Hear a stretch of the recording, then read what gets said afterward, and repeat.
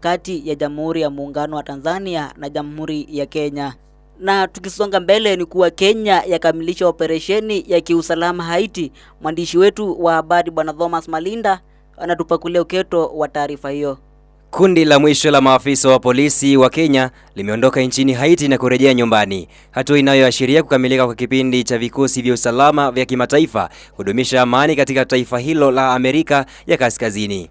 Maafisa hao wamewasili katika uwanja wa ndege wa kimataifa wa Jomo Kenyatta wakiwa wameandamana na waziri wa usalama wa taifa Kipchumba Murkomen, Inspector Generali wa polisi Douglas Kanja na mshauri wa usalama wa taifa Joseph Boynet, miongoni mwa maafisa wakuu wa usalama. Akizungumza kuhusu kikosi cha Kenya kilichoshiriki katika operesheni hiyo ya kukabiliana na magenge yaliyokuwa yameshikilia maeneo kadhaa nchini Haiti, Murkomen amesema polisi wa Kenya walipata ufanisi wa kupigiwa mfano, hususan baada ya kutoa maeneo muhimu kama vile uwanja wa ndege, bandari na mapito makuu ya usafiri. Nikiripotia redio ya Haiti kutoka kaunti ya Nairobi, langu jina ni Thomas Malinda. Na kwingineko ni kuwa jaji mkuu wa mahakama ya rufaa